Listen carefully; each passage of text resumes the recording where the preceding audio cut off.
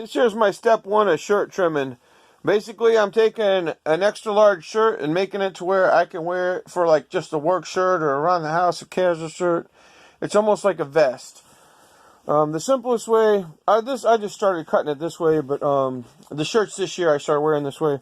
But I found out if I cut above the button, and then I can still button it if it fits, or at least the top button, and then I cut up this way. So basically I'm cutting through this to this, and I'm staying right outside the seam because sometimes the seam bothers my neck if I leave it. Now, if you're smart, you should probably cut above the seam so it lasts a little bit longer before fraying.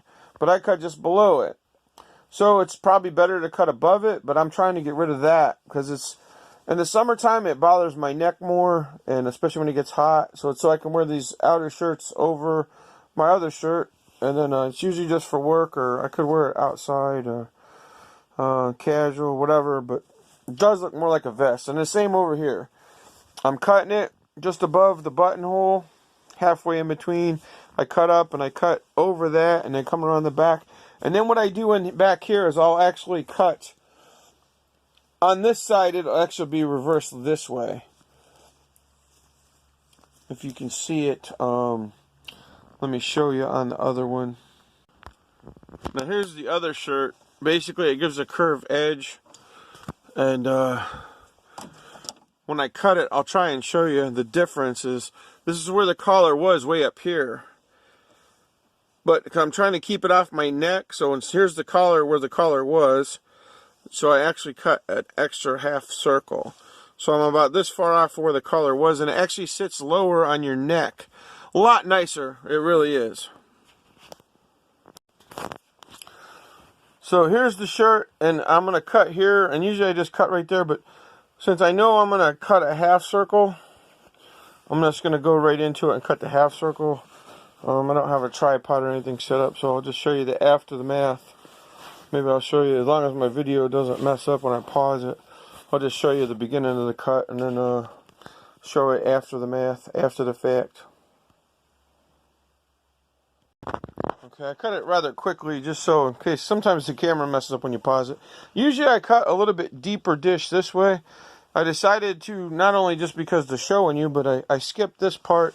And instead of cutting it here and making a second cut, I know that I need at least that much. So what I'll do now is try it on and make sure that's the desired effect that I wanted. But it's pretty close to that. Sometimes I might have to trim a little bit more. And it's nice because it's off your neck that way. And that way if you want to wear an outer shirt and you got the pockets, you can put stuff in your pockets. And it does wear like a vest. And I don't know. It's nice to wear if you like to wear shirts that way. I also trim the sleeves. That'll be next. So that'll be next. And then what I did last time was I cut them into square pieces, but this time I'm going to leave them whole. And then I give them to my daughter so she could use them for little sleeping bags or blankets for her dolls. The other ones I cut square. These ones I'm going to leave like this so it's like a bigger wrap. So for her little LOLs and stuff. So it's just something that I learned to do for the shirts, and I figured, well, I was saving the other material pieces. I don't want to throw them away, so somebody can always make something out of them. It's pretty nice cotton usually, so I hate to do it to the shirt, but I had all these other shirts, and you know, I donated a bunch of them, but heck, I paid some pretty good money. A lot of these were from the W store, but you know, you get them for $7 to $10, and it's like, I'm not ready to give them up.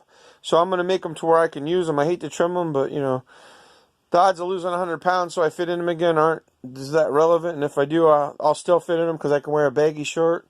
And I can still wear them for work shirts. And I can wear them for around the house. And if I do drop a bunch of weight, I can spend the money and buy a couple nice shirts. Which I still have a bunch on hand because I bought some more next size or two up. So this is instead of being a 2X or a bigger shirt or triple X, this is an X. And it'll actually fit me now just from cutting those back. So there's the two shirt colors that I had cut off, and the other one was the sleeves. Of course, this was the sleeves from the red shirt. Haven't cut the orange ones yet, but I'll do that real quick, as long as the video stays paused for me.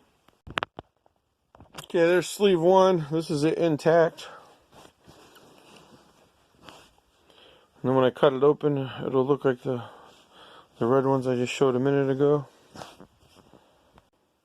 Okay, there's the orange sleeve. I'm not going to take the time to show you the other one. I mean, you guys know what a shirt looks like with no sleeves on it. You're just seeing the red one. So, if you're bummed out, I can show you another shirt someday. Put it in the comments. But other than that, there you go. And like I said, you can repurpose this. You can cut it into little squares. Give it to somebody that makes quilts. Her grandmother, my daughter's grandmother, could sew that, or my mom even. Maybe her mom, if she wanted to, sew it in a little sleeping bag, or she can just use it for a big wrap blanket for her dolls, so they can go camping this year. There you go. There's my shirt hack design, literally hacked into pieces, cutting it down, trimming it up, trim the collar. I could have left the sleeves on, but I'm not going to.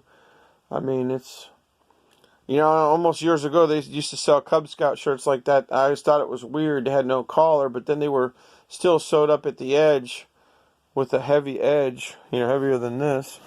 So, I mean, so I'm cutting back beyond that, so it's not resting. It's more resting on my shoulders and not my neck, which is nice for the summer. I don't notice it in the wintertime, but man, I do notice it in the summertime when it's warm out. So there you go. Plus, I think sometimes if you're drinking a lot of coffee, caffeines, or eating proteins, meats, sometimes I think it has some of the effect on it too, because I notice it more. Some people don't believe that, we get the meat sweats, but dang, there's got to be some neck constriction in there somewhere, because sometimes when it's hot out and you eat that stuff, it's like, oh, just makes the back of my neck scream. So it definitely helps not having the extra stuff on there if I am wearing an outer shirt. So there you go. Hope you like this video. Give us a thumbs up, a like, a share, a subscribe, pass it on. Catch some of the kids' videos if you like. Some of the playtime videos. And here we go. Thank you much. Have a great day. Be well. Here's my fancy scissors. I don't even know. They're titanium. Acme titanium. I don't know if you can see that, but there you go. They're pretty good scissors. Just don't use them for anything but material. Maybe small pieces of paper.